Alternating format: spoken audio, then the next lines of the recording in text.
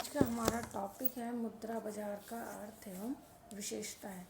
पहले टॉपिक में हमने पूंजी बाजार का अर्थ, विशेषताएं, उसकी संरचना, गुण, दोष और सुझाव देखे थे। अब हम दूसरे टॉपिक में मुद्रा बाजार का अर्थ एवं उसकी विशेषताएं देखेंगे। मुद्रा बाजार का अर्थ।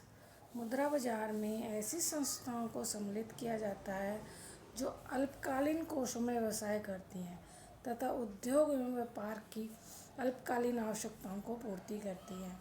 यानी कि मुद्रा बाजार के अंतर्गत हम दीर्घकालीन कोषों को ना शामिल कर अल्पकालीन कोषों को शामिल करते हैं और वे कोष उद्योगों की अल्पकालीन आवश्यकताओं की पूर्ति करती हैं। उद्योगों की भी, व्यापार की भी, सरकार की भी, सभी की अल्पकालीन आवश्यकता यानी कम समय के लिए जो 1 वर्ष तक की होती है, उस अवधि के साथ जो भी लेन देन होते हैं उनकी आवश्यकताओं की पूर्ति करती है।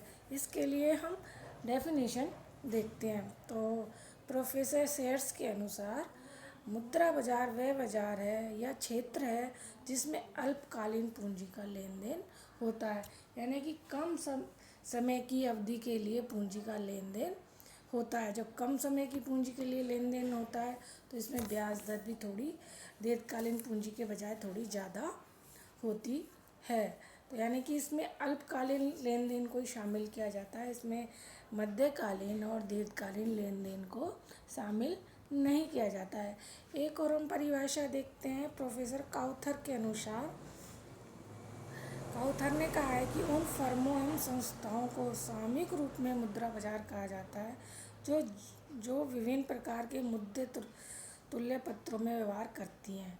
यानी कि मुद्रा बाजार के अंदर विनिमय पत्र, प्रतिज्ञा पत्र, ट्रेजरी बिल और ये सरकारी प्रपत्र, महापत्र, सभी को ही सम्मिलित किया जाता है, जो इनके स्वीकृति गृह द्वारा या बट्टे गृह द्वारा इनके द्वारा भी इनके लिए अल्पकालीन ऋण उपलब्ध करवाया जाता है। तो यानी कि प्रोफेसर काउथर और शेयर्स ने दोनों ने जो परिभाषा दी है उसमें मुद्रा बाजार में अल्पकालीन कोषों के क्रय विक्रय को ही सम्मिलित किया है। इसको और अच्छी तरह समझने के लिए हम देखते हैं कि मुद्रा बाजार में उधार लेने वाले में कौन शामिल है और उधार देने वाले में कौन है। तो मुद्रा बाजार में उधार लेने वाले व्यक्तियों में सामान्य तौर से सौदागर, व्यापारी, दलाल, सटोरिये, सरकार और अर्ध सरकारी संस्थाएं, इन सबको सम्मिलित किया जाता है। यानी कि ये उधार लेने वाले हैं, बिजनेसमैन हैं, जो एजेंट्स वगैरह हैं, गवर्नमेंट्स हैं, ये सभी व्यक्ति हैं जो इसके अंदर अगर उधार लेने वाले कैटेगरी के अंदर आते हैं। अब नेक्स्ट देखते हैं कि ऋण कौन कौन इनको उपलब्ध करवाता है। ऋण लेने वाले के साथ साथ ऋण देने वाली भी संस्थाएं होनी चाहिए। तो ऋण देने वाली संस्थाओं में हम व्यापारिक बैंक, गैर वित्तीय संस्थाएं, केंद्रीय बैंक, बीमा कंपनियां, इन सभी को सम्मिलित करते हैं, जो कि इनको सटोरियों को, दलालों को, सरकार को, एजेंटों को, व्यापारियों को, उद्योगपतियों को, सभी को अल्पकालीन ऋण की व्यवस्था करवाती है। अर्थात जहां अल्पकालीन प्रतिभूतियों के क्रेता विक्रेता एक दूसरे से संपर्क कर विक्रय करते हैं। यानी कि पूंजी मुद्रा बाजार में क्या है कि अल्पकालीन प्रतिभूतियों के क्रेता विक्रेता मिलकर एक दूसरे से संपर्क करके क्रय विक्रय करते हैं और मुद्रा बाजार के अंतर्गत सभी प्रकार के व्यवसायियों के लिए वित्त उपलब्ध कराने वाली वित्तीय संस्थाओं को मुद्रा बाजार कहते हैं। तो अभी ये क्लियर हो गया होगा कि मुद्रा बाजार में हम अल्पकालीन कोषों को शामिल करते हैं। इसमें जो क्रेता विक्रेता है, जो अल्पकालीन समय के लिए क्रय विक्रय करने के लिए एक जगह एकत्रित होते हैं और इसके अंदर लेने वाले सटोरिये, एजेंट और दलाल, गवर्नमेंट सभी शामिल है और देने वालों में व्यापारिक बैंक, गैर वित्तीय संस्थाएं, सेंट्रल बैंक, बीमा कंपनियां, ये सभी संस्थाएं मुद्रा बाजार के अंतर्गत वित्त उपलब्ध करवाती हैं। अब हम मुद्रा बाजार की विशेषताएं देखते हैं कि मुद्रा बाजार की कौन कौन सी विशेषताएं हैं।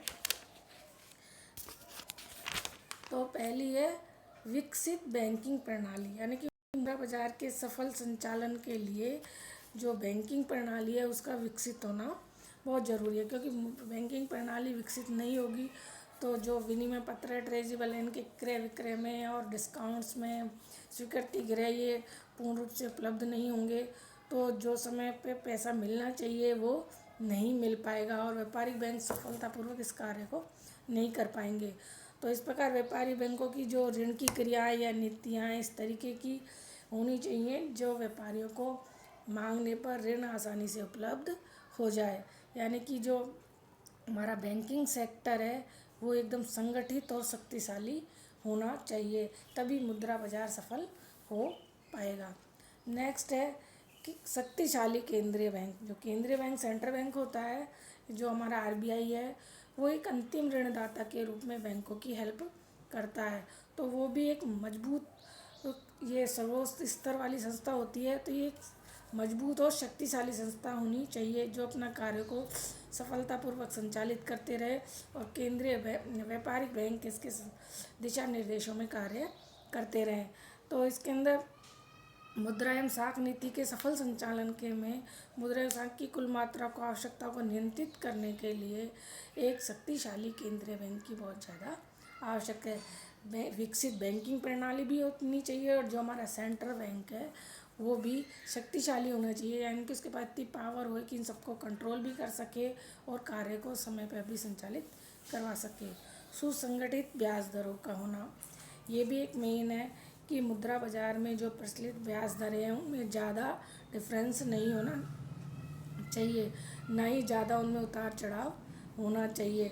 यानी कि जो ब्याज दरें हैं वो उतार चढ़ाव कम हो, जिससे कि उस पर लोगों का विश्वास बना रहे।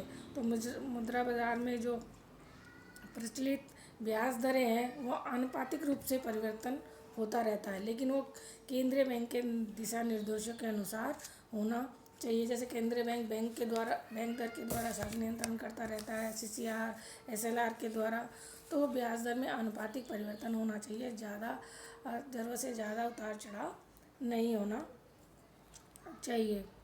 नेक्स्ट है अनेक प्रकार की परिसंपत्तियों का होना, यानी कि जो सिक्योरिटीज़ हैं वो अनेक प्रकार की होनी चाहिए, जैसे एक ही प्रकार की नहीं।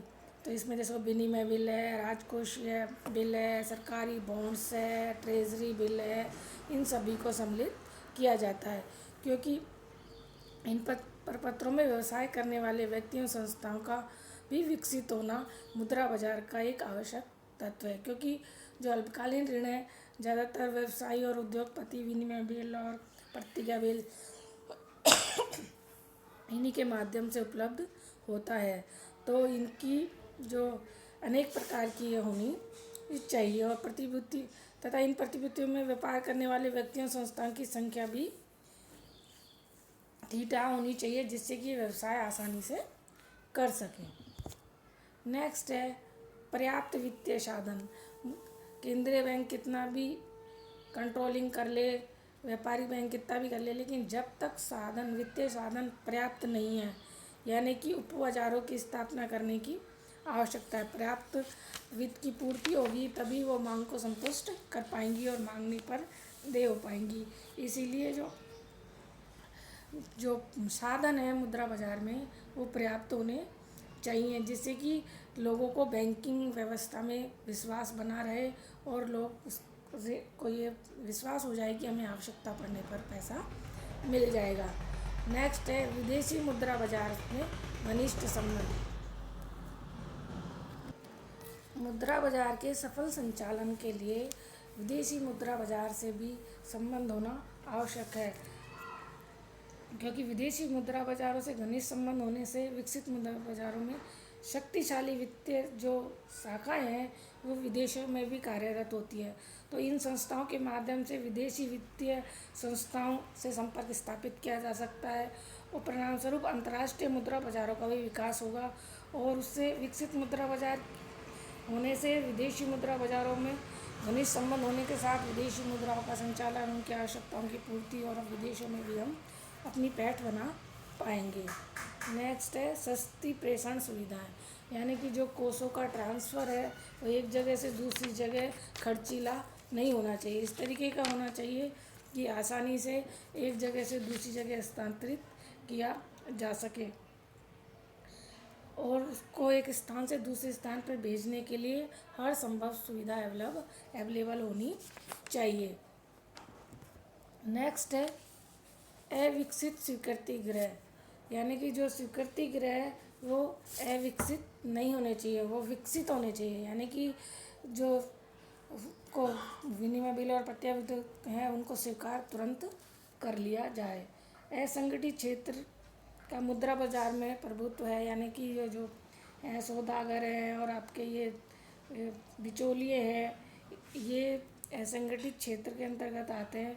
तो इसमें मुद्रा बाजार पर इतना प्रभाव पड़ता है कि रिजर्व बैंक की जो साख नीतियाँ होती हैं वो भी फेल हो जाती हैं, क्योंकि लोग बाग इनसे ही ऋण ले लेते हैं और आगे जो संस्थाएं, व्यापारी बैंक, बैंकिंग संस्थाएं उन तक लेने नहीं आते हैं। तो असंगठित क्षेत्र पर भी रिजर्व बैंक को कुछ नियंत्रण रखना चाहिए। संगठित एवं असंगठित क्षेत्र का होना, तो मुद्रा बाजार में दोनों ही क्षेत्र देखने में मिलते हैं, संगठित क्षेत्र और असंगठित क्षेत्र। तो असंगठित क्षेत्र में तो सौदागर, महाजन ये सब आते हैं, और संगठित क्षेत्र में व्यापारी बैंक, रिजर्व बैंक और ये सब आते हैं। तो इस तरीके की व्यवस्था होनी चाहिए कि लोगों को आसानी से सब कुछ मिल सके।